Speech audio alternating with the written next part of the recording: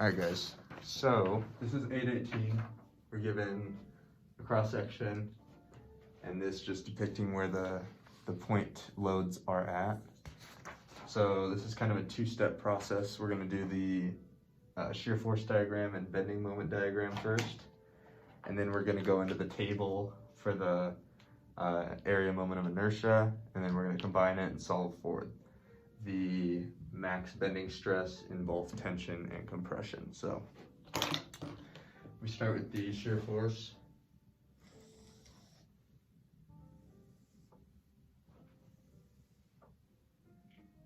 Now we know that there's a reaction force at this point in the y.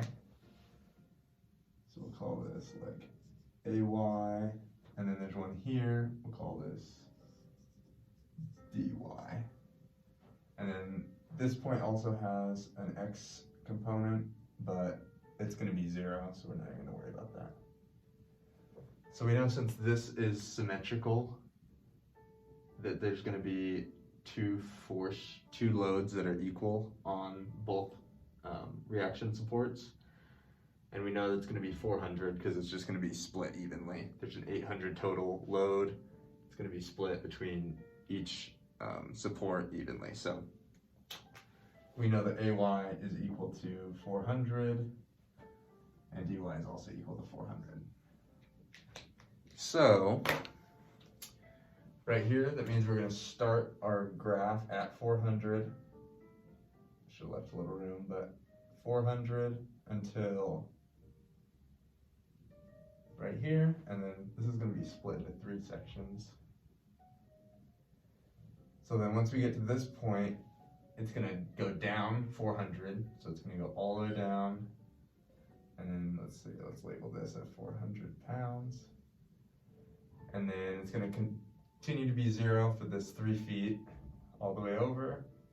It's going to go down again 400, so negative 400 this time, and then over, and then this dy is going to bring it right back up to 0.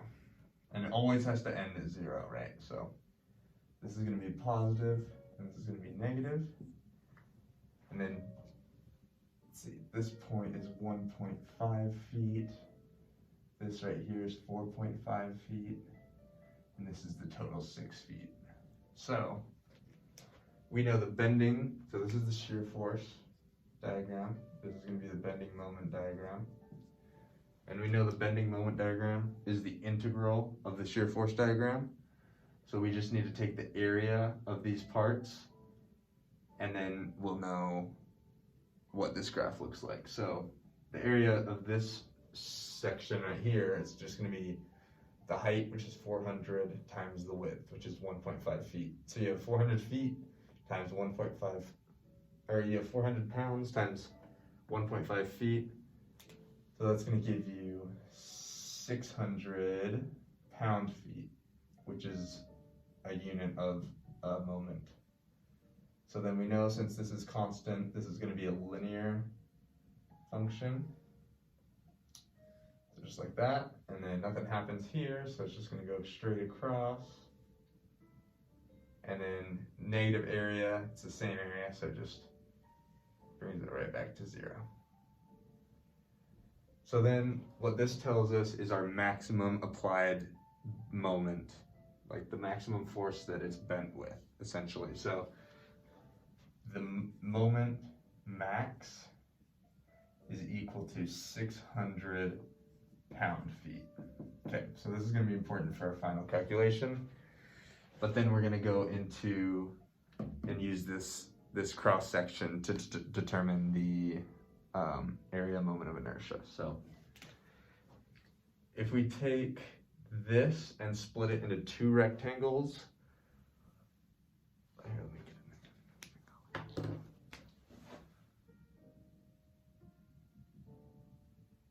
So in this case, we're going to say that this outer rectangle is one rectangle, and then we're going to say that this cutout right here is the second rectangle. So it's gonna, this one is going to be a positive area, and since we're cutting this central one out, it's going to be a negative area. So if we do the positive one first, and then the negative one, the dimensions are going to be 2.5 by 3 for this one, so 2.5 inches by 3 inches.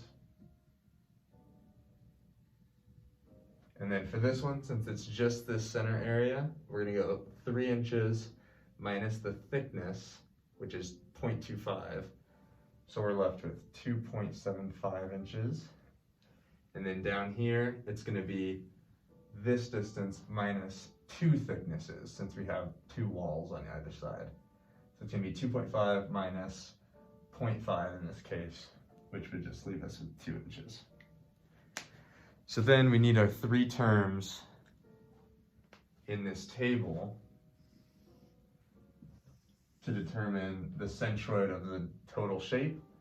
So we're going to need the area, we're going to need a y bar of each individual rectangle, and then we're going to need that term, those 2 terms multiplied by each other. So area would just be 2.5 times 3, 2.5 times 3 inches. So this equals 7.5 inches squared. This one's 2 inches times 2.75,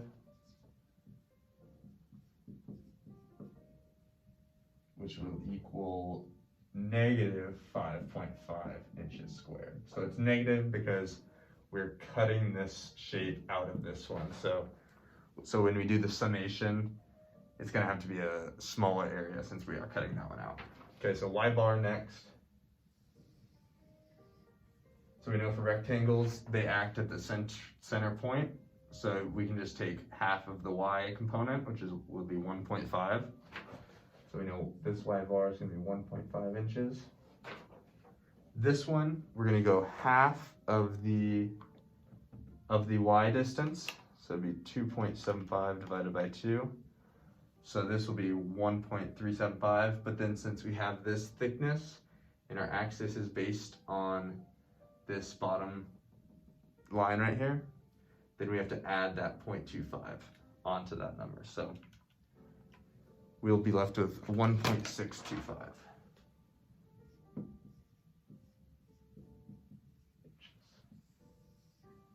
And then if we just multiply the area and the y bar, we'll get this term. So we'll get, for this one is 11.25 inches cubed. This one's going to be a negative 8.9375 inches cubed. All right.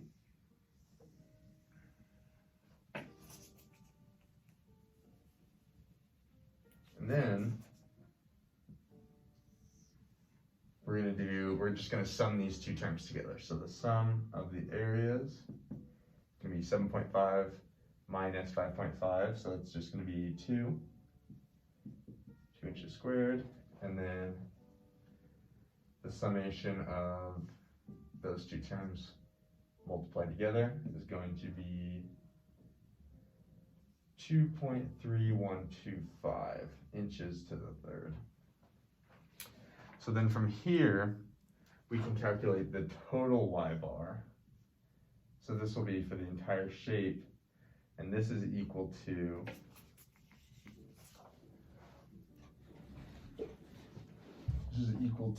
the summation of A times y bar over the summation of A. So we just plug those in, we'll get 2.3125 inches cubed divided by 2. So that leaves us with y bar is equal to 1.156 inches. So this is important. That's the y bar. That's the centroid for the shape.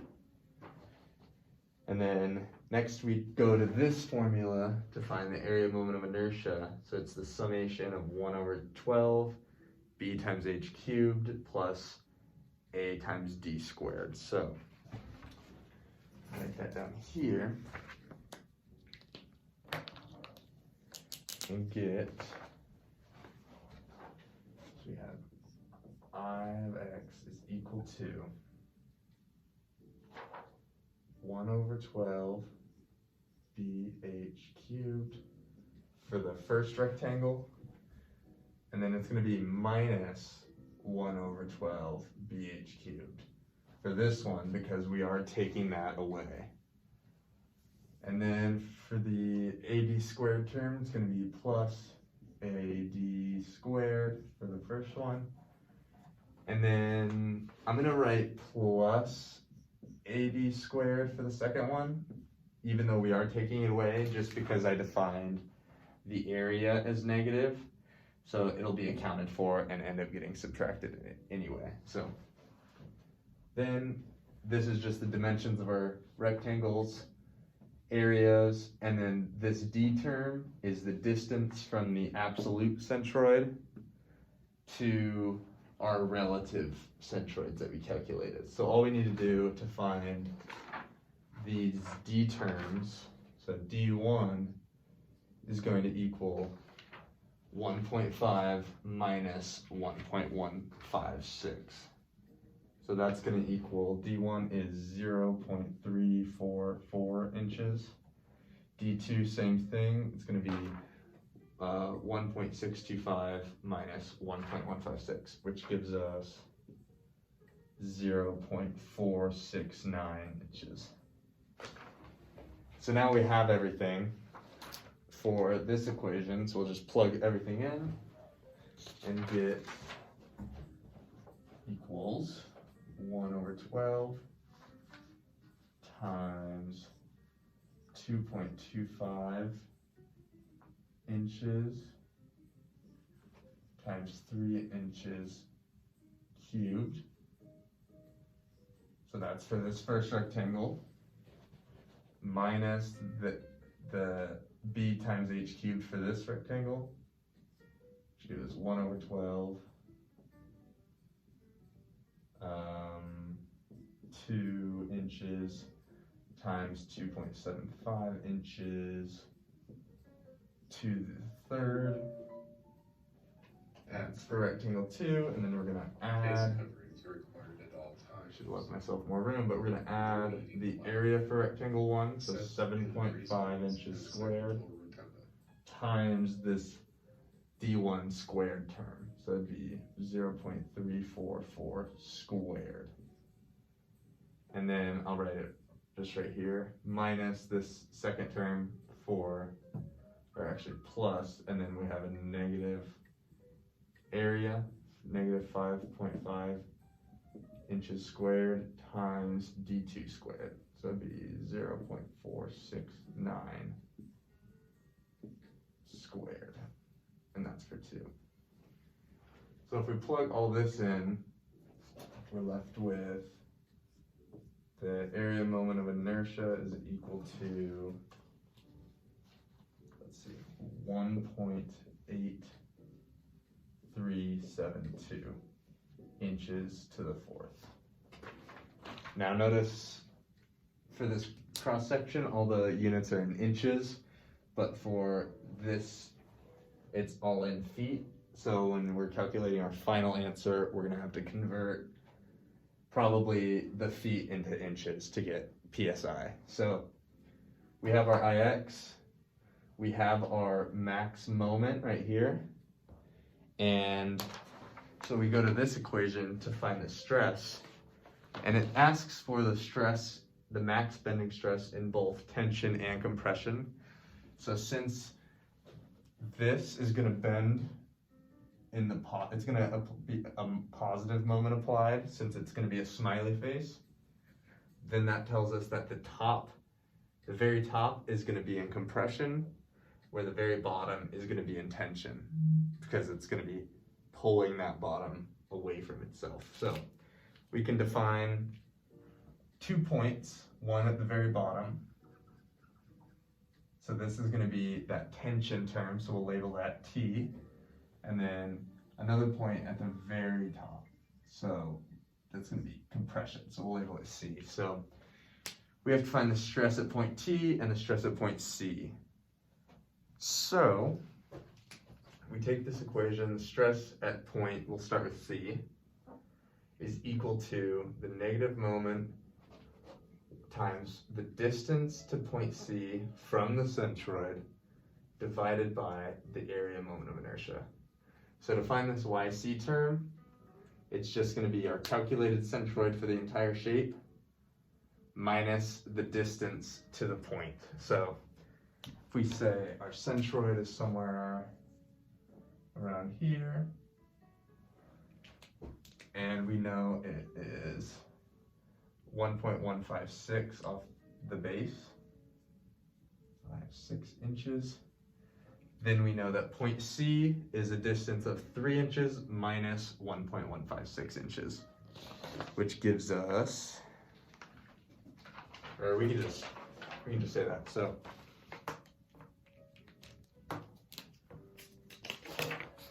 plugging our values in, we're left with negative 600 pound-feet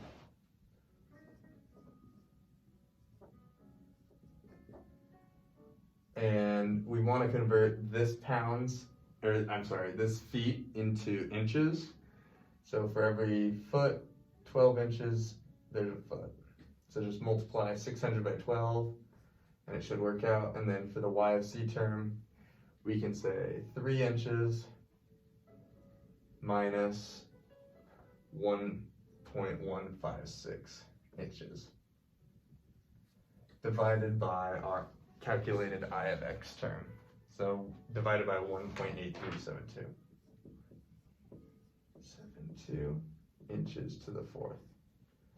So we see our inches will cancel out, the feet will cancel out. We'll be left with inches squared on the bottom and a pounds in the numerator. So it's going to be pounds per square inch, PSI. And then if we plug that in, we'll see that the stress at point C is equal to 7,226.6 PSI. So that's one of your answers, and then we just have to calculate it for point T as well. So same process, stress at point T is equal to the negative moment applied times the distance to point T divided by the area moment of inertia. So in this case, this Y of T term, since our T is on the base, it's on the axis, and our centroid is 1.156 inches above that, it's going to be 1.156. But since we're going below the centroid, it's going to be a negative 1.156. So this equals, right down here, the negative 600 pound-feet, and then we're going to multiply that by 12 again, 12 inches per foot, times negative 1.156 inches divided by 1.8372 inches to the 4th. So our units work out again. So the stress at point T is equal to 4,530.4 PSI. And that's your answer. This is for tension, and this is in compression. And really this compression term should be negative, because we have a negative and a positive and a positive.